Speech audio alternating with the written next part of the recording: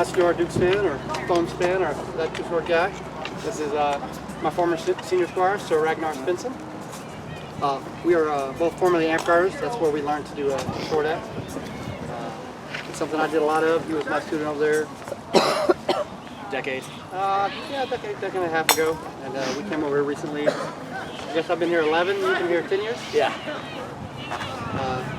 2-6 our kind of thing. We learn where it doesn't hurt, and we transferred it and kind of adjusted it for the SCA. And it's different than what most people do. We're mostly a left dominant striking. We are both right-handed as it gets. But you see we do most of our kills, most of our stuff with our left hands. Mine was learned because I tore all the tendons in my thumb 20-something years ago, so I spent about a year and a half left-handed. I couldn't do that. And all my other students, we just teach them hand dominance. You just relearn hand dominance, which is a long process in itself.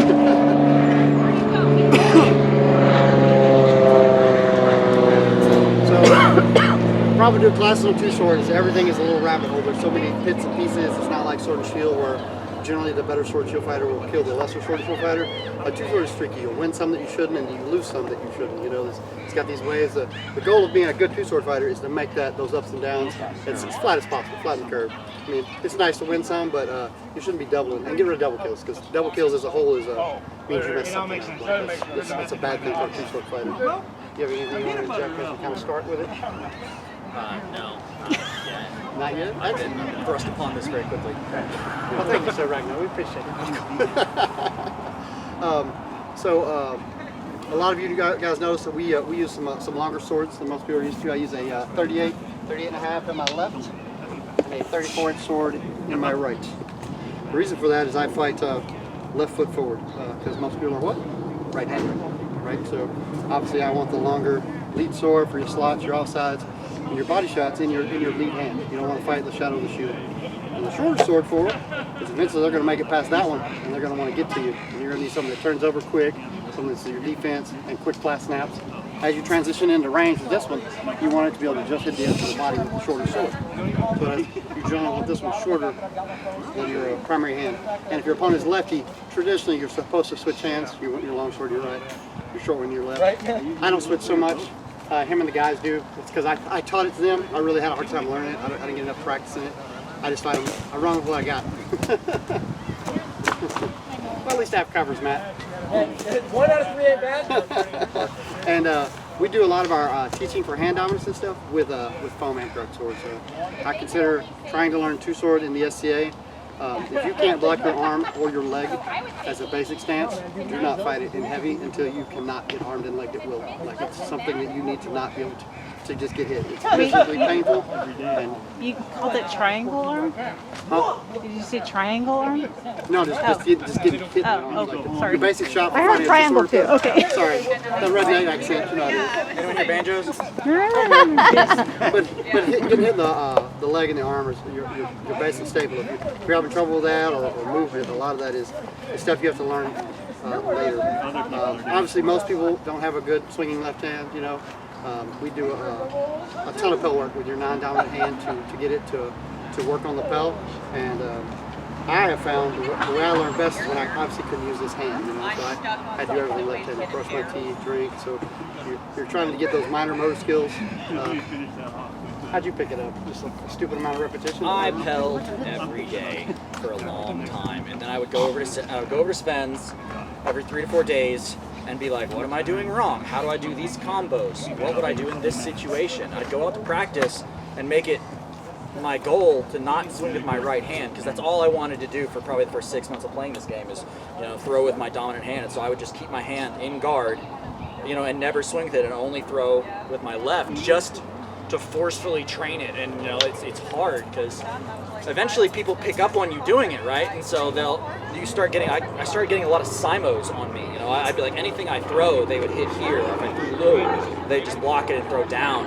And so I'd have to really bring my blocks way over. And you know, so there's that whole cycle of what he talked about. It's like I was getting kills, and then they caught on to it, and then I had to learn again. So I got hit a whole lot. You know, and that was how I learned, along with pelling.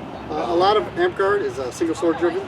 It's a lot of 36-inch single sword, sword shield, two-sword there. And so we do a lot of individual hand training.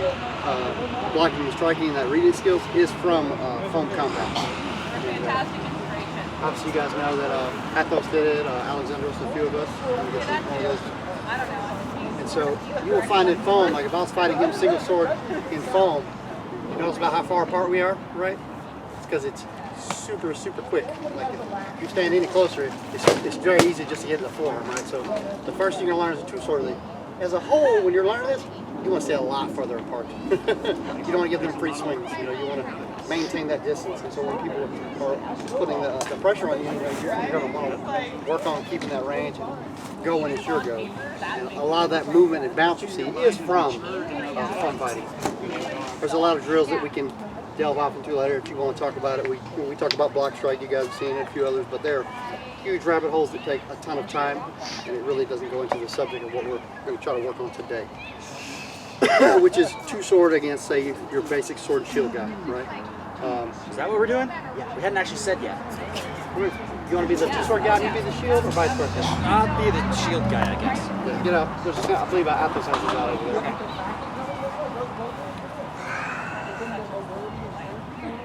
I don't know you yet, but good job on making that guy look Big bull. Very big bull. Sure. Get this Yeah, one. I know. It was, That works. So we'll do it with Kevin. So- my email. There's a couple of them around. So we talk about range, right? So the reason as a two-sword guy, you don't want to stand like a lot of people sword and shield. It's kind of where you like to stand.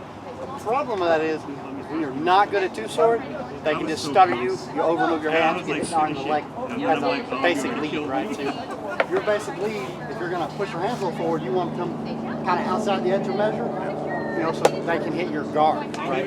Your guard, we do a basic A-frame. I do a left out and a right in. You'll see I relax mine a lot. Don't do that. It's a lot harder.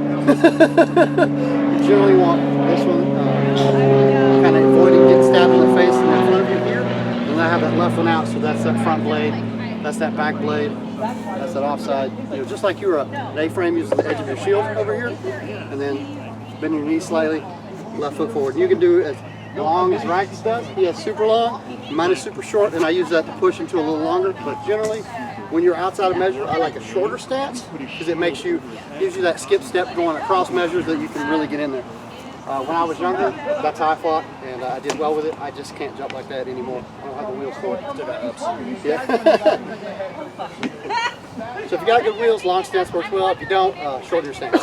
And if you'll notice, we really square out. You don't see a lot of really long. Generally, I always try to fight my belt buckle facing my opponent. So both my hands are here, and so no matter where he goes, I'm generally going to have my guard in between me and him. A lot of people teach length or turning.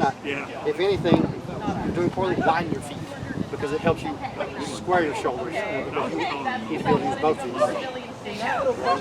Engage both weapons. The more you take your hip back, the less a back weapon can engage or do anything. So we do a lot of, I drop my knee and I bring my hip forward. Even from his long stance, watch his back hip. See, turns his hip on. It's more like a sprinter stance, you know, because he's like a chainsaw. He wants to go forward. He's like, coin flip, it looks good. I'm going to go for it. Whereas One of the big things is stance in the very beginning is everyone's generally, you know, they come from a sword and board where they're kicking their hips back or doing something there, whereas I'm bringing everything square in front of me. I want my hands to both be able to attack you, right? I don't want to bring my right hand back and lose it, you know, and I lose form, I lose power that way. I want everything here, you know, so I can still have momentum. I can still use my body in rotation against my opponent. And so that's one of the big things is a guy down in Texas right now is he's still fighting here, you know, and we're just having so much trouble getting him to square the hips or just maybe bring a wider stance, something to get his hips square to engage both hands. what that really helps for is sword and shield guys as they're stepping through, you're stepping by you. If you're long, you're always going to have a weak side. They're always going to step towards your weak side. Like a shield guy, if you have a long stance, you're going to obviously make them turn your torso. If he's here, if he goes here, now I have to come all the way around. We talk about using your point of your toe as a two-sword fighter. So if I'm trying to hit him, when I jump at him, I want the point of the toe to be where my best power is, right? So if your toe is out, your best apex is here, and you burn through. If it's in, you pull the toe. So a lot of times, even if I step out in 6, I want to make sure that that toe is going where I want to try to hit. And that's your archery swings as you're moving side to side. It's a little more advanced subject, but it pays pertinent when you step outside of people, you can't point out and you can't pitch into it. You got to kind of have your foot where you want your hands to land. So you can have the stance is varied, but they all have the same square hips. Kind of a squared approach. Be short, square, or long, square. And if you notice, we do a lot of lowering of our stance, right? You see that we, from outside of measure, it doesn't really matter what you do, but as people get in, you see that we get very low. The reason for that is as people get faster, you know, they have an up-down transition that they're going to try to draw you around. If you just draw yourself down, and I cover from my face to my knee, I don't have to worry about bounce anymore. I get rid of hand bounce. The more hand bounce I get rid of, the easier it is for me just to stay in my basic A-frame and just block with a little bit of movement and throw behind. Whereas they're trying to go around, I want to deny and go through and control that square in that lane. Yes. OG Sven has a very good up-down bounce. Yeah. So like you'll notice like when they fight, what it does. You know, when he comes in, he goes, Yes. and then throws over, right? So I just get rid of, I don't have to follow it down because I know I'm already in position. Right? Sean does the same thing when I fight Sean. I just get rid of it and I don't have to worry about being late, you know. And it applies to speed and height and what people are good at, you know. Because tall people have a tendency to want to draw you up. And you're like, oh, I want to fight them. Because if you're short, they're always throwing down, right? it helps you. It gets rid of lanes and kind of makes it so when you're here fighting, when you sit down, your hands stay there, but you're in a better zone. You know, protect your lanes of attack and defense. Because a lot of what we do, we throw, we spend a lot of time. When I fight a short shoe guy, I fight their shoulder, right? So that's what's going to kill me, right? So when I stand in my guard, no matter where my hands go, because I imagine this cone from his shoulders to my shoulders, right? So I'm looking at that phone, and then so whatever I do with my hands, wherever they go, I'm always paying attention to that edge. And so when people throw offside, because the way we stand, everybody's like, oh, they're getting offside. I'm like, it has to cross the plane, right? So his shoulder's going to cross that plane. All you have to just wait for it to get back to you, right? It's going to come back through it. So if he goes over, you can just wait. You don't have to go get it. Just throw behind it. But you just have to pay attention to where it is.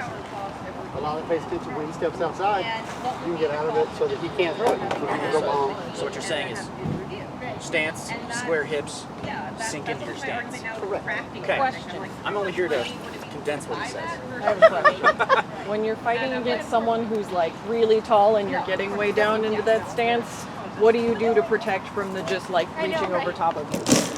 Like what is it that you guys first and do? foremost, it's wheels, right? Like it's what you're going to do to get in and out, right? But Movement. You don't want them to get as close to you as possible, right?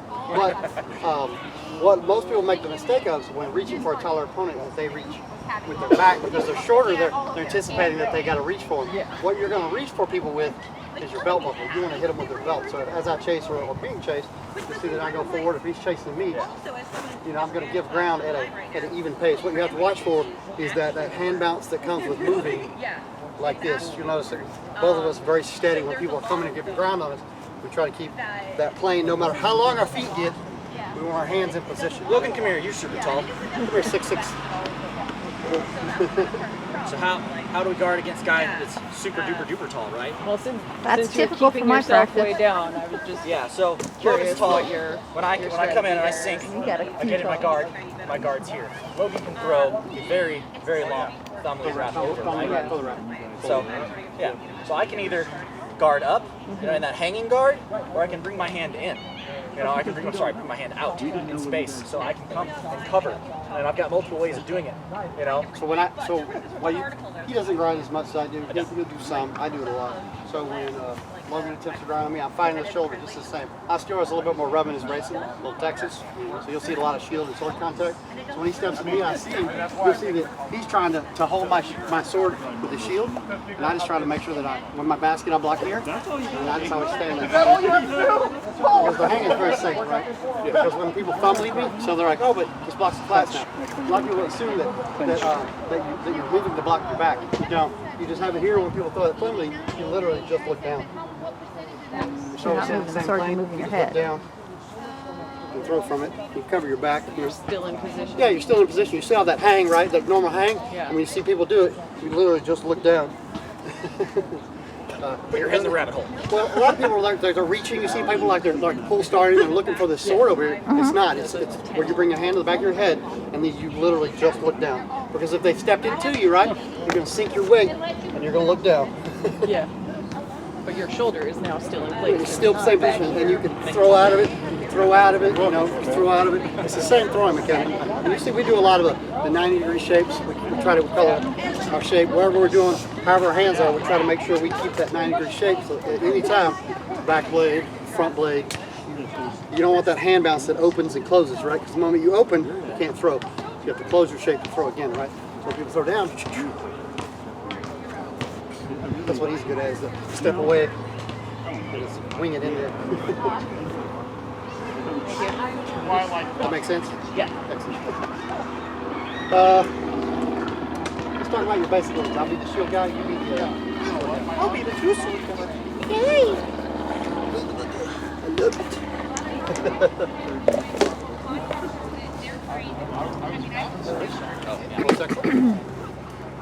So here's a lot of hang, right? Yeah. So what you like to do? Okay. Basic sword and board shots as a Florentiner. You know, so you have a guy in a normal hanging guard, right? You can't, from a normal flat snap, that's not going to work on him. This isn't going to work on him. Maybe a leg will. You know, maybe a back blade into the leg will. But everything I do is generally, I'm looking for the second shot to really enunciate, you know, the hit, right? I want, if I throw into his guard, maybe I want to see if he'll respond by throwing outside. Whether he's a shield blocker or a sword blocker. Shield blocker or sword blocker, doesn't matter. Watching shield, whatever. A lot of times they want to throw outside now because all this is open. So that makes it very easy for me to step in to that guard. So when he throws that return, now I have the setup to throw into his leg, throw into his body. I have that range that I've been trying to look for. Because you can't, a lot of times you just can't get that shot that you want on the first one. So you have to make the opening. I think too many two-sword people worry about the first shot being a killing blow. Like, to me, you guys see me throw the 1-2 a lot, which is the body shot, head shot. That's like a gear check, you know. It's like watch the body, watch the body, watch the body, watch the head. You know, it's a setup for what I want to do later because it pulls your guard down and over, which is a setup for the outsides and the overhead cases. But worry less about the first and more not about being hit after you've thrown. Yeah, that's kind of That is the big thing, is you have to block, you know? Think block first. After you've thrown, be like, you see that we do a lot of, you know, we're going to come back to that hang as traditional guard. And that's our automatic return. After I've thrown, his hand does anything, it immediately comes back to hang. And then so I freeze my vision up. Is it crossing my, if I'm being thrust at, is it throwing offside? Because I know that I've got a traditional flat snapper wrap to the front side of my head blocks. It's going deep, it's just a duck. I'm trying to remove angles and make less mental noise, you know, like what am I automatically like? So if I'm on range, I'll dip the hand and bring it back. So then all you're really looking for is things across your vision, you know, because you've got most everything automatically going this way. So two-sword is about eliminating variables and making your math better than their math, which is weird in itself, but it's very meticulous what we do. It looks crazy, but it's The very basic return, like the most basic I can think of, is a bait, right? So get in your guard, right hand sword border.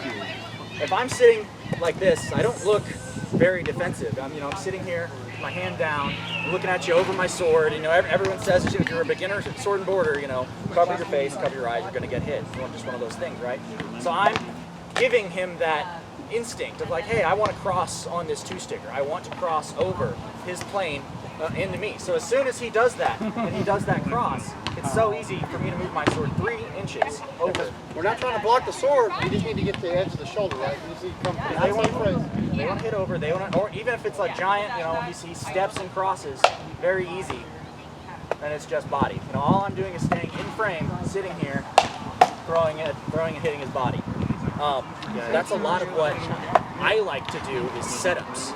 You know, throw one, they throw a shot that opens themselves up. Now I get to hit them because they messed up. Because they don't think about the possibility. And you said that I hold my hands closer to me. I used to have the guarded hand out there too. But a lot of mine, as you see today, that I'm clawing at the hand, or I'm doing that palm up thrust, you know, or a slide shot. I don't want it to do it. I don't care. What I want to do is I want a reaction. Sword shield, you're blocking. What are you reaching for? Can I throw behind it? You know, if it's setting up, it's going to let me throw a flat snap. It's a bunch of feints and baits. You know, it's just that quick jab. What's he doing? Yeah, I would much rather you mess up and throw a shot at me, than me have to work to open up your guard that much, right? I'd rather you be aggressive and attack me that way. Leading is a lot of energy, like that big step to go. Wow, yeah, it works, but man, it takes a lot of energy. I'd rather throw and you step, and then I can just get away and throw. Way easier to have fast food delivered to you than go out and get it, right? So that's kind of our mindset, is that defense-based 1-2, lots of singles, and you have to do a lot of work with your dominant hand, or non-dominant hand, to get it to suck less than that. And I wish I was left-handed, but I'm not. Yep. And so preface, your left hand really only needs to deal throw about 3 or 4 shots. And that's that basic thumb lead. And Rash will show you how he throws his thumb lead. So he turns it over. I throw mine back edge to back edge, which is a thumb thing. And so when I block, I'll turn my thumb towards my target, and then I just throw back edge to back edge. I never turn my blade around. I just open my hand with the trigger, and then slightly open my hand with the trigger. I just throw back edge to back edge. I don't have to wrap. It's the same thing if I throw your head. That wrap is always back edge to back edge. I don't ever turn through there. There's no turn. Once your shoulder's locked, the thumb is where you want it. The sword hits where you need it to go. I throw it a little bit. Yeah. How do you feel? Mine's more of a whip, like he's saying. You know, his is just I used to whip it a lot. throwing down into it, right? And mine, I come and I turn my hand at the end. It's more of a whipping action. Yeah, his more of a forearm whip, and mine is more of a, I'm driving my shoulders with my body weight, because your arm will only go back so far, right? And so as I step to throw, my feet drag my shoulder and my sword through space, right? And then I use that body weight to whip through my shoulder. And it's hit people with that body weight. That's how I'm able to hit people close. When they come in close, you hit, you just make that shoulder tight, and you just press with that body weight through your shoulder. It's a weird way to throw, but it's from foam. What it is in foam, those are omnidirectional, right? You can hit with the flat. And so in amp guard and some other games, you teach people to hit like you're crimp slapping somebody. You want to lead with the palm, right? And so all I really did is just turn it to where my thumb was always in, right? Because it was the easiest way to take what I was already good at and just lead back edge a lot. So I had a good wrap. I just didn't like how slow a full rep develops. Because people step in, you hit flat, or it doesn't turn over, it feels like garbage, you know. There's that sweet spot it has to be in, but always back edge. It's generally always good. Once it leaves your shoulder, here it's got all the force, and you're just directing it where it should go. It's like you're trying to slap something on the table with your palm. You just take it and your thumb is turned forward. I'm sure they want to know how to fight you now. We're talking about a little bit of mechanics. So, how do you want to approach it? Like what you should do, what you shouldn't do? Versus me, versus you, you know, what I would not do. How about just what not to do against Florentine shooters? Never, shield positions. And You get the 2 foam swords, I'll get the How do foam I sword and the shield. protect my offside body from that little wrap? That's what I want So to we'll do know. from a righty perspective, and then we'll do from a left perspective. All right. So at the house we do a lot of this with hats and bats. We have the heavy foam swords, shields, dimmies, and swords, because we want to work on timing, distancing. A lot of what you're going to do against a good 2-sworder is not get caught in your own shots. I did it to Vilius earlier. I got Vilius to throw into me with his wrap, and then I know he likes to reach for the offside, you know, because he wants to go. So he went to the offside, like he moves his own guard out of the way, right? It's counterintuitive, but I'm telling you, it's either hand down or shield here, right? Now when he's got a block here, he's got a block for my 1-2. As you transition, right? Outside of range, who cares? But when you transition in, when you're throwing, see how much your shield is out of the way, right? So your shield, if you're going to lead, your shield has to be able to come over, right? I have to be able to get that corner over. If you're throwing past your shield and your shield can't cross your arm, you're going to get countered to the arm of the body, right? Especially if it's a long lead, whether it be feet or feet. That counter could be to either your thigh or your arm. So we tell a lot of people, the first thing you should get rid of is the oversteps, right? So you don't want to have to put all that weight on the foot to try to transition forward, because it creates shoulder drag and knee drag. So the first move when I fight my guys is I'm fishing at the body, I'm fishing at the head, but I'm coming in flat. I'm coming from outside of measure into measure. It's very, very even. Don't reach, don't cross. Just get rid of a cross as a lead. You can throw it as if you were here and you got here, you want to cross, that's fine. But don't throw a cross as a lead, whether it be crossing arm chop or that offside. You're just going to get countered, right? It's not saying you can't not throw it, but be aware, it's a very easy front blade counter, right? When I throw over, he can just front blade you, whether right there in the arm, you know. And it hurts to be front bladed in the bicep tricep a lot. Nobody likes that. No one likes that. And so a lot of that is just controlling your weight. I spend most of my time when I'm fighting people at that edge of measure. I look to see what they're doing with their feet, how much weight they're rolling. So when I move, I want to see if they're how much weight they. When I do that, if they follow me, they got that weight on the feet. I know it's my turn to step. Or as I feel him push my measure, I give ground, and I want to see if he just steps back. Does he cross his feet? Because if I go to the edge, right? If I go to the edge, and he crosses his feet like he wants to step back or just out of measure, then I can go. Well, you spend a lot of time paying attention to where that measure is, where your weight is. So against a two-sword guy, you really have to watch where your weight is going, how much you're reaching, and in general, hand bounce, like that reach down, that reach up. Your hands need to stay in the lane. We spend a ton of our time keeping our hands in that lane, right? You know, and when your hands go out of it, it's free shots. Yeah. You know?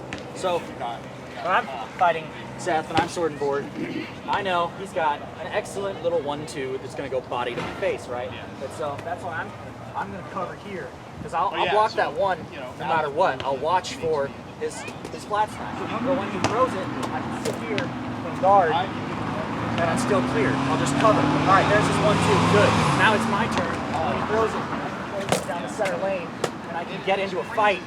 But now he doesn't have his combos that he's so used to doing. You know, we all have very good starting shots, and then it turns into more of a bang game as it goes on. And I'd much rather just duke it out with him, than have him have his turn, right? If he gets his 1-2, this, then I'm going to be in trouble, right? It doesn't matter how good I am. He has his shots that he knows. So I'd much rather bait him into a predictable pattern of, okay, there's his 1-2, good. Now it's my turn. Throw, cover. Keep a cover, you know, whatever guard you need to, and keep that closed. So he closes the A-frame. I close in a hand. Yeah. So I spend a lot of time being the shield guy, teaching our two-sword guys. It's a miserable experience, I will tell you. But, We know. so I tell people, if you're fighting a two-sworder you don't know, the absolute best place you can throw is right there, like at the corner of the cheek of the chest. You want, whether you sell or throw, you want to be able to try whether it be a crossing cut or just that right there. What that does is it makes it move your hands, right? Because their hands are out, they're having to move it a little bit, right? That's kind of why I pull my hands back. I hated having to keep blocking my face all the time. Because you'll notice we guard center of our body. We got our, the center as much as we can. Why does the two-sword guy guard the center? We don't like get stabbed. Because I don't like getting stabbed, and I want everybody in the dog to go outside. I would love everybody to throw outside of my frame, so all I have to do is this, right? Just easy blocks. So I always cover here, but there is always this little hole right here that I'm worried someone's going to try and take advantage of if I get cocky and my hands start bouncing around. Because the minute my hands start bouncing, well, yeah, I can get stabbed here, a nice slot right to my face. So that is a vulnerability of this style, is if you're sitting here and all of a sudden your hand starts bouncing or, something happens, you can get stabbed right here. That's not a high tip slot, that's like a punch. Oh, yeah, I remember when he got it and put it on. Yeah, but it has to be a pretty good fake to make, the hand move from. Yeah, and what you sell that with is you're not reaching. So if I'm fighting rags, I fight traditionally left foot forward when I fight on sword shield. And I usually fight with an A-frame here, and then as I transition to guard, I actually guard my whole body with this and here. What I'm trying to do is I want to throw it to his hand, and I want to see what he does.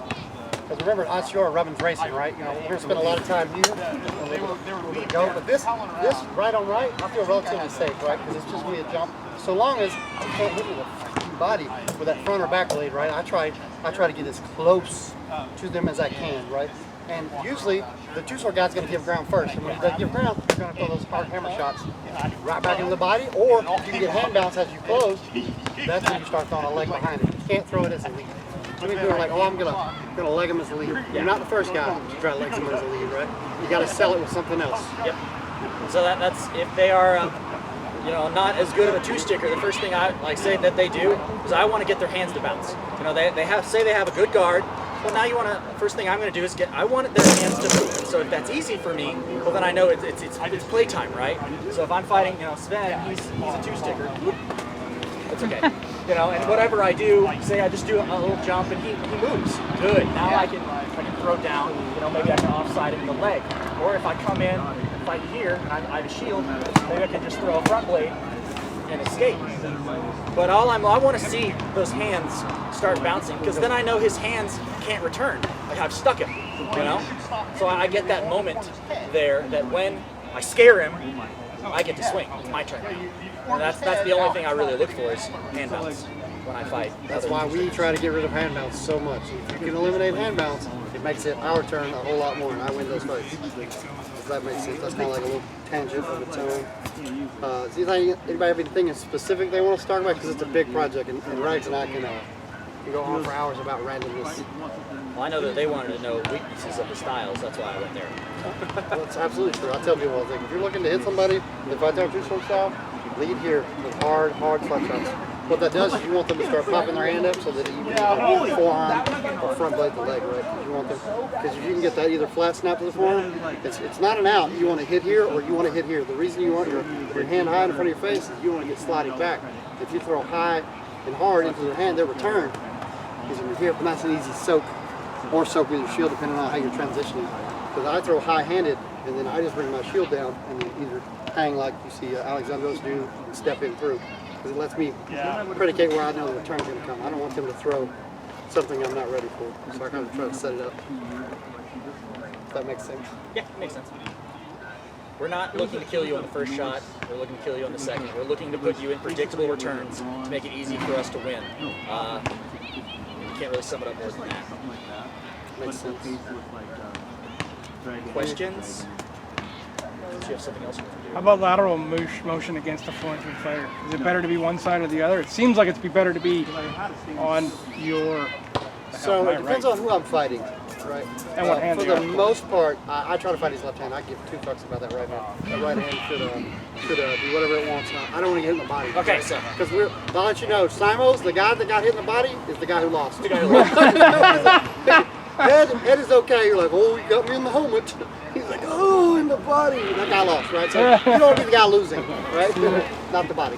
So whatever movement you do, the most problems I have with side-to-side movement is it opens up your hip and leg. Yeah. Right? So if you start really focusing, say you move this side, you can still kind of cover your leg. But the minute someone generally starts to take that turn toward his left hand, they always bring their foot out, you know? And so even if they're really good about it, they still, you know, they have to stay back. If you get aggressive on it and try and take that leap forward like he's talking about, that's what happens is, I'm going to get you. Which is why I bring my shield down and I fight with my sword up. Because when I go down, I don't have a good return, right? I get there, but then I'm stuck with both my hands down. I can't hit them. And he's like, oh, I go.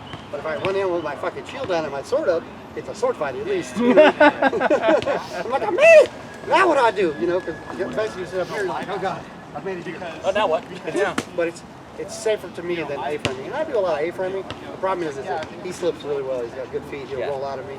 Versus if I can see him. If I have to step, I generally step with my right around it, or with my left foot around his right, because